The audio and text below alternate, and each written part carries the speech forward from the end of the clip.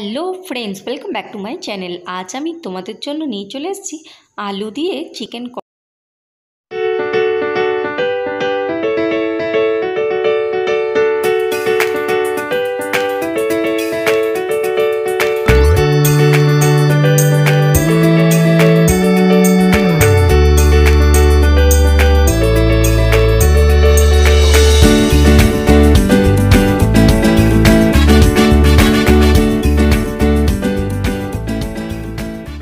Chicken কিন্তু আমরা সবাই রান্না করতে পারি, কিন্তু আজ আমি তোমাদের জন্য যেভাবে ভিন্ন রকমভাবে নিয়ে এসেছি সেটা দেখতে গেলে কিন্তু তোমাদের পুরো ভিডিওটা দেখতে হবে, স্কিপ না করে। যে সমস্ত বন্ধুরা আমার চ্যানেলে নতুন, এখনও সাবস্ক্রাইব করনি, তারা প্লিজ সাবস্ক্রাইব করে দিও আমার চ্যানেলটাকে, আর পাশে থাকা বেল আইকনটা ক্লিক করতে ভুলো না যেন। নতুন বন্ধুদের অনেক ধন্যবাদ। তাহলে চলো শুরু করা যাক রেসিপিটা। দেখো, এখানে আমি নিয়ে নিয়েছি 1.5 কিলো মতন চিকেন। চিকেনের মধ্যে আমি দিয়ে দিলাম 1 চামচ মতন রসুন বাটা, আর তারপর দিলাম 1 চামচ মতন আদা বাটা। আজকের এই রেসিপিটা কিন্তু খুব অল্প মশলায় হবে, কিন্তু টেস্ট হবে দারুণ, একদম ধাবা স্টাইলে। আর যারা ব্যাচেলার থাকো তারা কিন্তু এই রেসিপিটা অনায়াসে করতে পারো। দেখো, এর মধ্যে আমি দিয়ে দিলাম তারপর নুন আর একটু হলুদ, আর তার সাথে দিলাম 1 চামচ ধনের গুঁড়ো।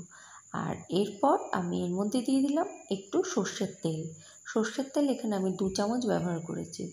আর তারপর দিয়ে দিচ্ছি একটা বড় সাইজের পেঁয়াজের অর্ধেকটা কুচি। তো এখানে তোমার যদি বড় সাইজের না হয় সেক্ষেত্রে একটা মিডিয়াম সাইজের পেঁয়াজ হলে তাহলে একটা গোটা পেঁয়াজই কিন্তু দেবে। পেঁয়াজটা দিয়ে আমি ভালো করে কিন্তু মাংসটা মেখে রেখে দিচ্ছি। মাংসটা কিন্তু আমি 1 ঘন্টা আগে মেখে রেখে দিয়েছি। আর আজকের রেসিপিটা তোমাদের বললামই, আমি কষা মাংস করব আলু দিয়ে। দারুণ কিন্তু হয় এই রেসিপিটা, খুব সহজ, চটপট করে হয়ে যায়। দেখো, এখানে আমি আলুগুলোকে ভেজে নিয়েছি নর্মাল নুন হলুদ দিয়ে, যেমন আমরা মাছে ভেজে থাকি, তবে আলুটা চেষ্টা করবে একটু ঢাকা দিয়ে দিয়ে ভাজতে, তাহলে কিন্তু সেক্ষেত্রে আলুটা খুব চটপট অনেকটাই কিন্তু নরম হয়ে যায়।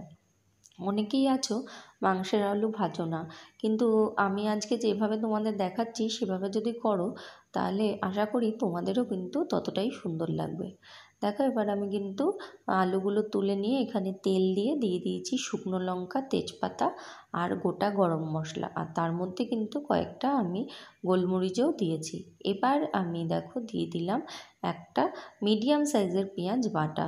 দেখো, পেঁয়াজটা বাটা দিয়ে আমি কিন্তু বেশ কিছুক্ষণ ধরে একটু নাড়িয়ে নেব, কারণ পেঁয়াজ বাটাটা একটু ভালো করে প্রথমে কষিয়ে নেব। পেঁয়াজটা ভাজা হতে হতে চলো একটা মশলা করে নিই। এখানে মশলা বলতে আমি শুধু দেখো টক দই এখানে 3 চামচ আমি খুব ভালো করে ফেটিয়ে নিয়েছি।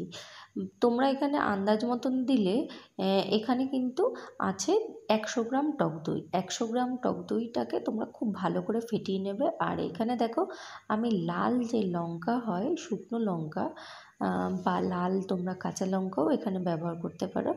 আমার কিন্তু শুকনো লঙ্কা আর কাঁচা লঙ্কা দুটো মিক্সড করে, কাঁচা লঙ্কার যে লাল লঙ্কা হয় সেটা কিন্তু মিক্সড করে আমি একটা ভালো করে পেস্ট তৈরি করে নিয়েছি। এবার দইয়ের সাথে এটা কিন্তু আমি ভালো করে ফেটিয়ে নিয়ে, দেখো পেঁয়াজটাও এদিকে একটু ভাজা হয়ে গেছে। এবার এই পেঁয়াজের মধ্যে ওটাকে কিন্তু ঢেলে দেবো। এই রান্নাটায় মশলা বলতে কিন্তু এটুকুই, তোমরা দেখতে থাকো। এই রান্নাটা একদম ধাবা স্টাইলে হয়। টেস্ট মানে তোমরা দোকানে বা ধাবায় বা রেস্টুরেন্টে খেতে গেলে চিকেন কষা যেরকম স্বাদ পাও, এই রান্নাটাতে কিন্তু তোমরা বাড়িতে বসে ঠিক ওই রকমই স্বাদ পাবে। তোমাদের আলু দিয়ে দেখাচ্ছি আমি এই কারণেই, কারণ অনেকেই আছো যে যারা আলু পছন্দ করো মাংসে, তাদের জন্যই কিন্তু এই রেসিপিটা স্পেশাল। দেখো, এবার কিন্তু আমি দিয়ে দিলাম একটু নুন। নুনটা কিন্তু পরিমাণ মতন আন্দাজ করে দেবে, কারণ মাংসে কিন্তু নুন আমাদের মাখানো আছে। এবার দিয়ে দিচ্ছি দেখো সামান্য একটু আদা রসুনের পেস্ট। আদা রসুনের পেস্টটা দিয়ে একটু নাড়িয়ে এর মধ্যে দিয়ে দিলাম একটু হলুদ গুঁড়ো। হলুদটাও কিন্তু আমি অল্পই দিলাম, কারণ হলুদ মাংসে মাখানো আছে। এবার আমি এর মধ্যে মাংসটাকে দিয়ে দিলাম। মাংসটা দিয়ে কিন্তু খুব ভালো করে আমি মাংসটার মধ্যে মশলাগুলো মিশিয়ে নিলাম। মিশিয়ে এবার এটাকে কিন্তু আমি ঢাকা দিয়ে দিয়ে কিন্তু আমি মাংসটা রান্না করব। খেয়াল রাখবে যাতে মাংসটা কষার মধ্যেই সেদ্ধ হয়ে যায়, তার জন্যই কিন্তু ঢাকা দিয়ে দিয়ে করতে হবে। আর মাঝে মাঝে একটু নাড়িয়ে দেবে। দেখো আমি খুলে কিছুটা নাড়িয়ে দিয়ে এর মধ্যে দিয়ে দিলাম বেশ আমি খানিকটা কাসুরি মেথি। কাসুরি মেথি কিন্তু এখানে আমি 2 চামচ ব্যবহার করলাম এই পর্যায়ে।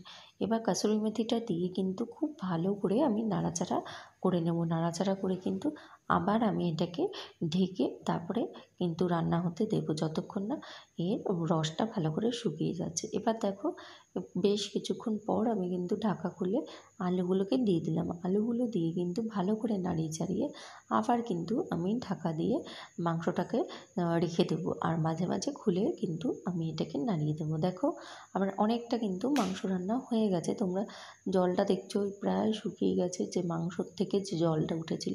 আমি কিন্তু একটুও জল এর মধ্যে এখনও ব্যবহার করিনি। মাংসটা যেহেতু ঢাকা দিয়ে দিয়ে করেছি সেই জন্যেই কিন্তু ওরকম হয়েছে। আর এর মধ্যে আমি সামান্য একটু টমেটো কেচাপ দিয়ে দিলাম, জাস্ট রঙটা একটু ভালো আসার জন্য। এর মধ্যে দিয়ে দিচ্ছি 8-10টা কাজু বাদামের পেস্ট। কাজু বাদাম পেস্টটা কিন্তু আমি পোস্তর সাথে দিইনি। এই ক্ষেত্রে কিন্তু কাজু বাদামের পেস্টটা তোমরা একদম লাস্টে দেবে। কাজু বাদামের পেস্টটা দিয়ে তারপর ওই বাটিটা ধুয়ে আমি সামান্য একটু জল দিলাম। দেখো খুবই সামান্য কিন্তু আমি জলটা দিয়েছি। জলটা দিয়ে এবার কিন্তু একটু ভালো করে আমি নাড়িয়ে চাড়িয়ে নেব। নাড়িয়ে চাড়িয়ে আমি কিন্তু 2 থেকে 3 মিনিটের জন্য এটা ঢাকা দিয়ে একটু ফুটতে দেবো, যাতে কাজু বাদামের যে গন্ধটা সেটা যাতে ভালো করে আসে। এবার দেখো ঢাকা খুলে আমি এর মধ্যে দিয়ে দিলাম কাসুরি মেথি, আরও 1 চামচ। কাসুরি মেথিটা দিয়ে আমি ঢাকা বন্ধ করে স্ট্যান্ডিং টাইমে রেখে দিয়েছি। এবার দেখো আমি 2 মিনিট বাদে তোমাদের দেখাচ্ছি কত সুন্দর হয়েছে রঙটা, তাই না? তাহলে আশা করি আজকে এই রেসিপিটা তোমাদের ভালো লাগলো। ভালো লাগলে অবশ্যই লাইক, শেয়ার আর কমেন্ট করে জানিও।